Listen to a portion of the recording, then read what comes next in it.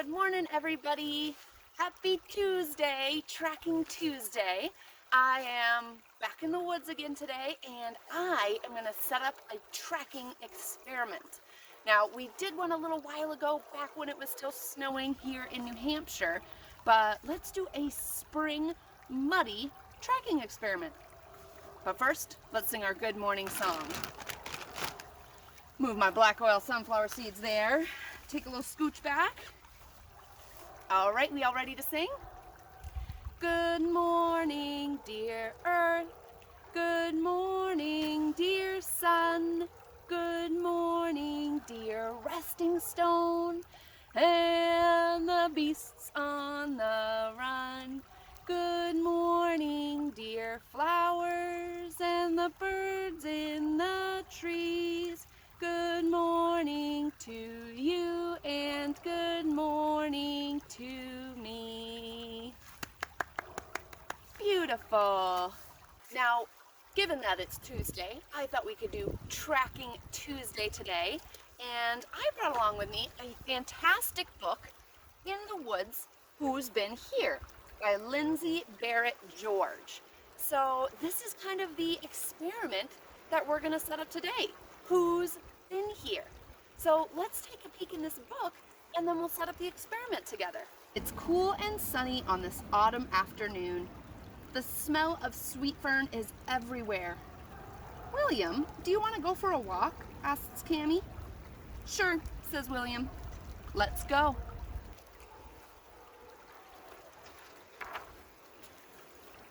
The children follow a well-worn path into the woods.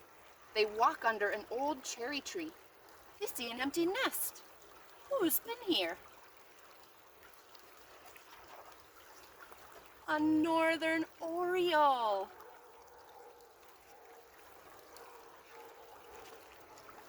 Cammie and William come to a big rock. A tree has split apart and a flat stone juts out of the tree.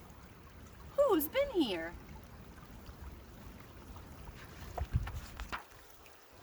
A red squirrel. We know what those are. A little squirrel dinner plate, a little midden, M-I-D-D-E-N. Oh, and chickadee-dee-dee. The trail follows an old stone wall. The children and their dog Sam climb over it. A clump of milkweed plants grows in the field on the other side. Something hangs from a milkweed leaf. Who's been here? Who would be on a milkweed leaf? A monarch butterfly. We haven't started to get our monarch butterflies up here in New Hampshire yet, but it's coming.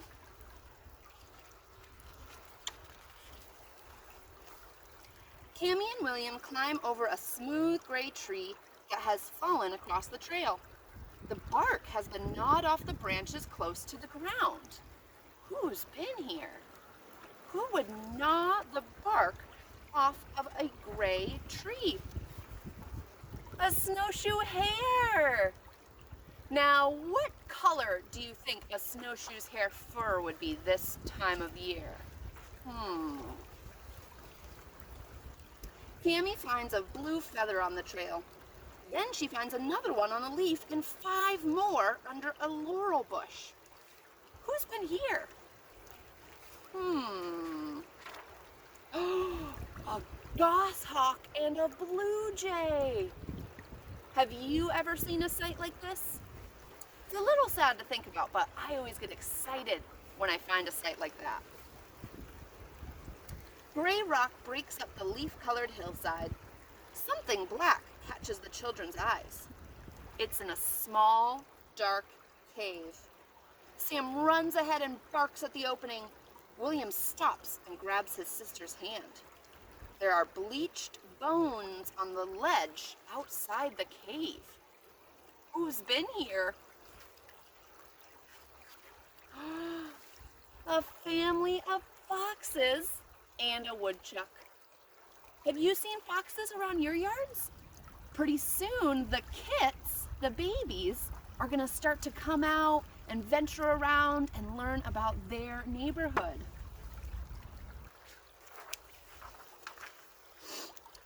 William and Cammie stopped beside a large gray boulder. Something strange is stuck to the rock.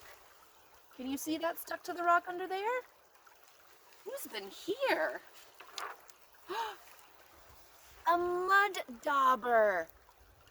Have you ever seen those underneath a rock? So cool. An orange wood lily stands in a sunny clearing. The flower is almost as tall as Cammie. There's another stalk next to it, but the flower is gone.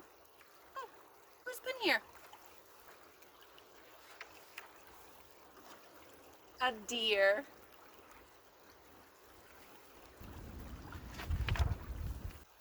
Cammie and William follow the path on their way home.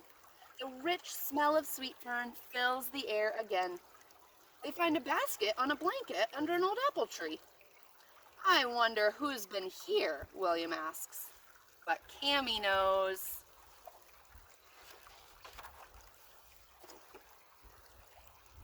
Who was there?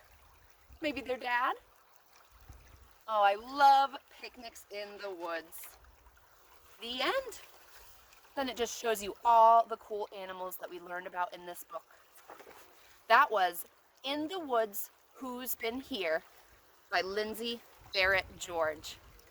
So let's set up our own experiment to see who's been here.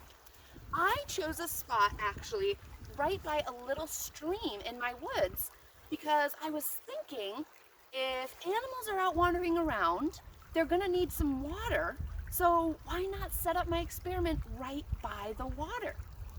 Now for this tracking experiment, we are going to use mud, and you're going to need a white t-shirt or pillowcase or bed sheet, whatever you have available at your house, and then some sort of food for animals. So I pulled out some black oil sunflower seeds that I have for my bird feeders. And setting this up is super simple. So you're gonna take your white t-shirt, pillowcase, bed sheet, and lay it down exactly where you want your experiment to take place. So let me set up my experiment and then I'll show you what it looks like.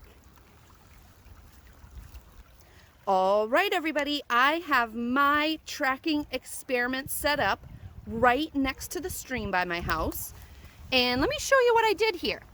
So I laid my t-shirt down right next to the water, again, thinking some animals might need a drink. And then you're gonna set this up really similar to our tracking tube experiment. So on either side, I smushed and gushed a whole bunch of mud. One side, second side. And then in the middle, put your food.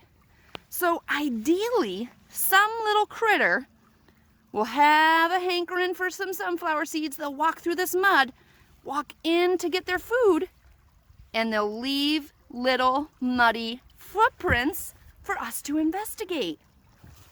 It's as simple as that, everybody. Get your tracking experiment set up today, and then we can keep an eye on it all week long. Now, I'm actually gonna go check my Who Moved In science experiment that we started yesterday, but take some time today and set up this cool tracking experiment to see who's in your nature neighborhood.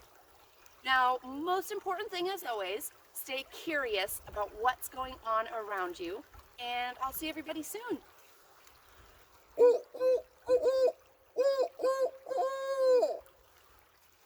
Bye, everybody.